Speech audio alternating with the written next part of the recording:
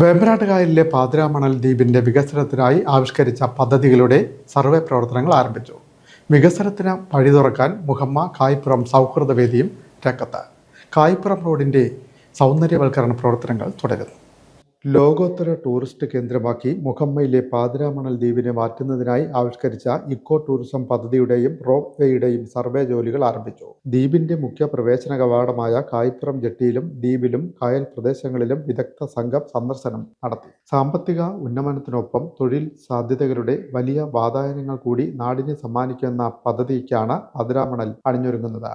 Kuttanad backwater tourism പദ്ധതിയുടെ ഭാഗമായി ആലപ്പുഴയിൽ നിന്നുള്ള ടൂറിസ്റ്റ് ബോട്ടുകൾ നിറയെ യാത്രക്കാരുമായാണ് ദിവസേന ദ്വീപിൽ എത്തുന്നത്. ദ്വീപിലേക്ക് ഏറ്റവും എളുപ്പത്തിൽ എത്തിച്ചേരാൻ കഴിയുന്ന പ്രദേശമാണ് കായ്പുറം ജെട്ടി. കായ്പുറത്ത് നിന്ന് 1 കിലോമീറ്റർ അകലം മാത്രമേ പാതിരാമണൽ ദ്വീപിലേക്കുള്ളൂ.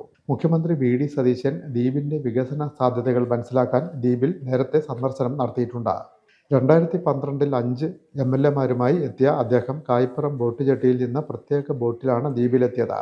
കായ്പുറം സൗഹൃദവേദി വായനശാലയിൽ കുട്ടികളുമായി നടത്തിയ സംവാദത്തിലും പാതിരാമണൽ ദ്വീപ് വികസനത്തിന്റെ പ്രാധാന്യം സതീശൻ എടുത്തു പറഞ്ഞിരുന്നു. ആലപ്പുഴ, കോട്ടയം, എറണാകുളം മേഖലകളിൽ നിന്നുള്ള ടൂറിസ്റ്റുകൾക്ക് എളുപ്പത്തിൽ എത്തിച്ചേരാൻ കഴിയുമെന്നതും കായ്പുറത്തിന്റെ പ്രത്യേകതയാണ്.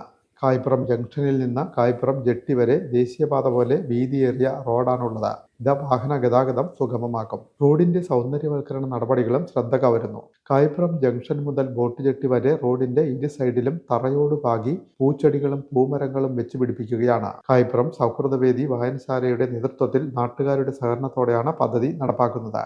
വായനശാല വാർഷികത്തിൽ മിച്ചം വന്ന തുകയാണ് ടൈൽ പാകാൻ ഉപയോഗിക്കുന്നത്. വായനശാല അംഗങ്ങൾ ശ്രമദാനമായാണ് ജോലികളിൽ പങ്കെടുക്കുന്നത്.